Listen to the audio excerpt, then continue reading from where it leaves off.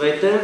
Казвам се Ясен Василев и съм ръководител на уъркшопа по творческо писане. Решихме, че по този начин ще представим работата, която свършихме през седмицата. Сега ще ви представя и Ванеса, и Катя, които са ядрото на уъркшопа по творческо писане.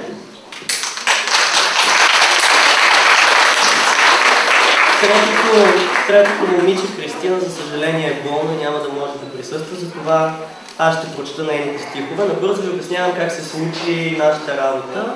За 4 дена работихме върху 4 различни теми на писане през погледа на различни автори. Затова сега ще чуете по 4 стихотворения по тези теми. Първата тема се нарича "Тялото като дреха" и е през погледа на българската поетеса Мария Калинова. Нейното стихотворение се казва "Хляб и наказание".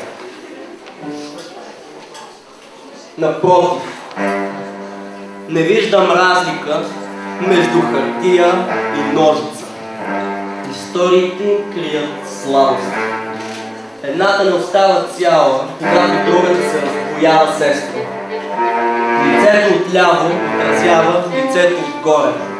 Лицето отдясно, знаеш и по-добре от мен, е всъщност това отдолу.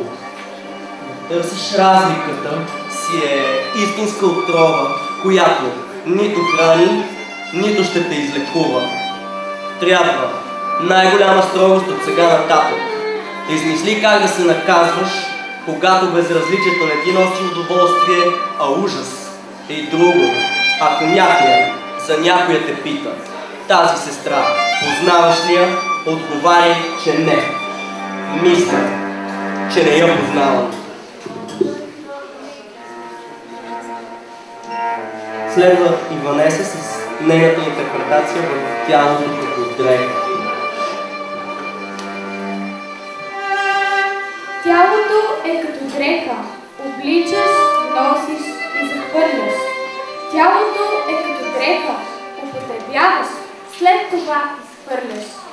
Чисто ли е, непорочно, недокоснато и съхранено? Обичаш го и радваш му се сам. Но дариш ли го на някой за утеха, че утре няма да си вече сам? То става вече толкова различно. Красотата си отива ей така, задето дал си не на който трябва, най-чистото и искрено от теб. Тялото е като дреха, но дрехата се къса някой ден. То е от сатен по-нежно, зато и пази го за специалния момент и най-желания от теб човек.